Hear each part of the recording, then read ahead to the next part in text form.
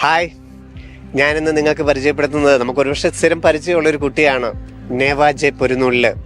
എനിക്ക് തോന്നുന്നു ബിർലിൻ്റെ യൂട്യൂബിൻ്റെ ചരിത്രത്തിൽ ഇത്രയധികം വ്യൂവേഴ്സിനെ കിട്ടിയൊരു വീഡിയോ, അതായത് ഇവരുടെ ഒരു ഫാമിലി വീഡിയോ ആണ് നമ്മുടെ ചാനലിൽ.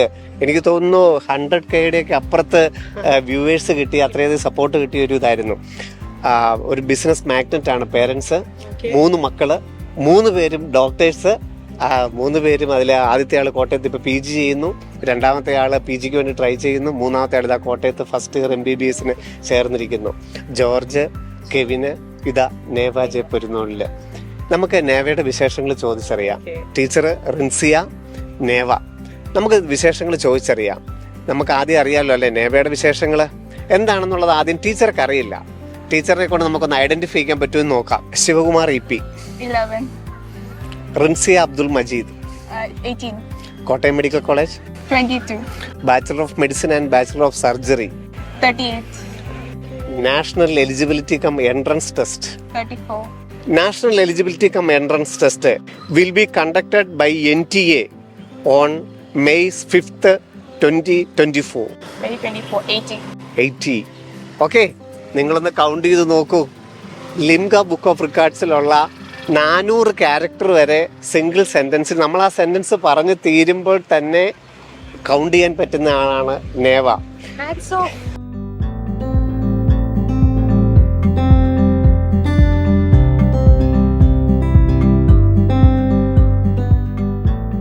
ഈ ഒരു ഇത് നമുക്ക് ഏത് സമയത്താണ് മോളെ ഐഡന്റിഫൈ ചെയ്യുന്നത്? എനിക്ക് തോന്നുന്നു ഇവർ പറയുന്നത് 3 പേരും ഒരുമിച്ച് ഇവർ യാത്ര ചെയ്യുന്ന ഫാമിലിയാണ്. ഇവർ ഫാമിലിക്ക് എപ്പോഴും ഇവരുടെ ഇമ്പോർട്ടൻസ് കൊടുക്കുന്നവരാണ്. അപ്പം ഇവർ ഒരുമിച്ച് യാത്ര പോകുമ്പോൾ മോള് വളരെ ചെറുപ്പത്തിലല്ലേ, 4 വയസ്സ് 5 വയസ്സൊക്കെ സമയത്ത് തന്നെ ഇവർ പോകുമ്പോഴൊക്കെ ഈ നമ്മുടെ മൈൽ സ്റ്റോൺസ് ഉണ്ടല്ലോ, അവിടുന്ന് അത് അല്ലേ കൗണ്ട് ചെയ്യുക, അങ്ങനെയുള്ള ഓരോന്നും ഭയങ്കര പരസ്പരം ഇവർ ടെസ്റ്റ് ചെയ്യുമായിരുന്നു. അതിൽ നിന്നായിരിക്കാം ഒരു പക്ഷേ ഈ ഒരു ഗ്രാസ്പിംഗ് പവർ എവിടെ നിന്നാണ് ഈ ഒരു കഴിവ് ഡെവലപ്പ് ചെയ്തു വരുന്നത്?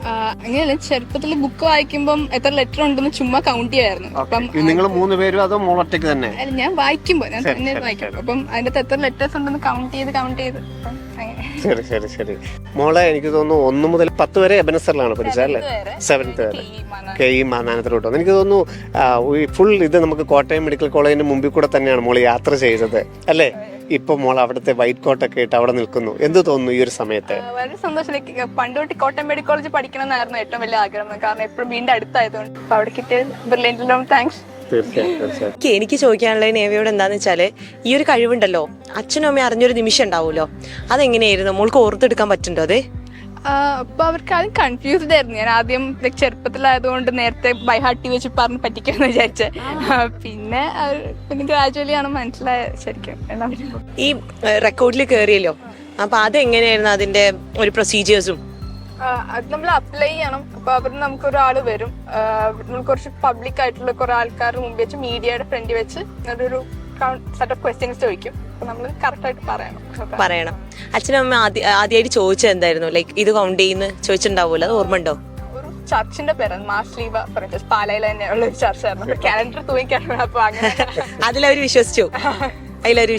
ഇനിയുണ്ട് മറ്റൊരു കാര്യം പറയട്ടെ. മോള് 10ാം ക്ലാസ് വരെ ബ്രില്യൻറ്റിൽ പഠിച്ചുകൊണ്ടിരുന്ന ആളാണ്. അപ്പം ഫൗണ്ടേഷൻ ബാച്ചിലൊക്കെ അറ്റൻഡ് ചെയ്യുമ്പോൾ 6ാം ക്ലാസ്സിൽ പഠിച്ചുകൊണ്ടിരിക്കുമ്പോൾ മോള് നമ്മുടെ 7ാം ക്ലാസ്സിലെ ക്ലാസ്സിലാണ് ഇരിക്കുന്നത്. 7 പഠിക്കുമ്പോൾ 8-ലിരിക്കും, 9-ലിരിക്കും, 10ാം ക്ലാസ്സിലിരിക്കും. അതുപോലെ തന്നെ ഫസ്റ്റ് ചാൻസിലാണ് 661 മാർക്കോടുകൂടി നീറ്റ് ക്വാളിഫൈ ചെയ്യും, കോട്ടയം മെഡിക്കൽ കോളേജിൽ അഡ്മിഷൻ എടുക്കുന്നത്. +2 കഴിഞ്ഞേ ഉള്ളൂ ആള്. നമ്മുടെ മുന്നിൽ നിൽക്കുന്ന ഒരു ജീനിയസ് ആണ് അല്ലേ സാർ? തീർച്ചയായിട്ടും. മോളുടെ മൂത്ത ആൾക്കാരുണ്ടല്ലോ, സിബ്ലിങ്സ്, അവർക്ക് ഇത് അറിഞ്ഞപ്പോൾ ഭയങ്കര ക്യൂരിയോസിറ്റി ഉണ്ടായിരുന്നു, ഇങ്ങനെ ഒരു കഴിവുണ്ടെന്ന് അറിഞ്ഞപ്പോൾ. അതവര് കളിയാക്കുകയാണോ ചെയ്ത്, ഇവൾ വെറുതെ ചുമ്മാ പറയാണെന്നുള്ളത്? ഇല്ല, ഞാൻ ആദ്യം ബ്രദറിനോട് തന്നെ പറഞ്ഞേ. അപ്പൊ ആദ്യം ഫുൾ കൺഫ്യൂസ്ഡ് ആയിരുന്നു. എന്തിങ്ങനെ പറഞ്ഞു, ഞാൻ നേരത്തെ പറഞ്ഞല്ലോ എന്നെ ഇങ്ങനെ ബൈഹാർട്ട് ചെയ്ത് പറഞ്ഞാണെന്ന് ഡൗട്ട് ഉണ്ടായിരുന്നു. പിന്നെ കുറെ ക്വസ്റ്റ്യൻസ് ചോദിച്ചു ടെസ്റ്റ് ചെയ്യാൻ വേണ്ടി. പിന്നെ അങ്ങനെയാണ് വിശ്വസിച്ചത്. ഇപ്പൊ ഉള്ള പഠിത്തത്തിൽ അവർ എങ്ങനെയാ ഹെൽപ്പ് ചെയ്യുന്നത് മോളെ? കാരണം 2 ഡോക്ടേഴ്സ് ആണ്, അപ്പൊ നിന്നെ നല്ലോണം ഹെൽപ്പ് ചെയ്യാൻ പറ്റും അല്ലേ? എങ്ങനെയൊക്കെ അവർ ഹെൽപ്പ് ചെയ്യുന്നത്? മെന്റൽ സപ്പോർട്ട് ഉണ്ടാവും, മോറൽ സപ്പോർട്ട് ഉണ്ടാവും, പ്ലസ് പഠിക്കുന്ന കാര്യത്തിൽ സപ്പോർട്ട് ഉണ്ടാവും. നമുക്ക് ഇവിടെ വരുമ്പോൾ ഭയങ്കര വാസ്റ്റാണ് സബ്ജക്ട്. നമുക്ക് എവിടെ നിന്ന് തുടങ്ങണം, എന്ത് ചെയ്യണം, അപ്പൊ നമുക്ക് എന്തൊക്കെ കുറച്ച് പഠിക്കേണ്ട ഇമ്പോർട്ടൻറ്റ് പോർഷൻസ് ഒക്കെ ഉണ്ട്. അപ്പൊ അത് പറഞ്ഞു തരും. പിന്നെ മനസ്സിലാകാത്ത പോർഷൻസ് ഒക്കെ നമുക്ക് പറയുമ്പോൾ പറഞ്ഞു തരും. അതാണ് അവർ ചെയ്യണേ. ഞാൻ എൻ്റെ ജീവിതത്തിൽ ആദ്യമായിട്ടാണ് ഒരു വേൾഡ് റെക്കോർഡ് ഇട്ട ആളെ കാണുന്നത്. Okay, thank you. കൂട്ടുകാർക്കൊക്കെ അറിയാമോ ഇത്? കൂട്ടുകാരോടൊക്കെ പറഞ്ഞിട്ടുണ്ടോ? കുറച്ച് പേർക്ക് അറിയാം, ക്ലോസ് ആയിട്ടുള്ള.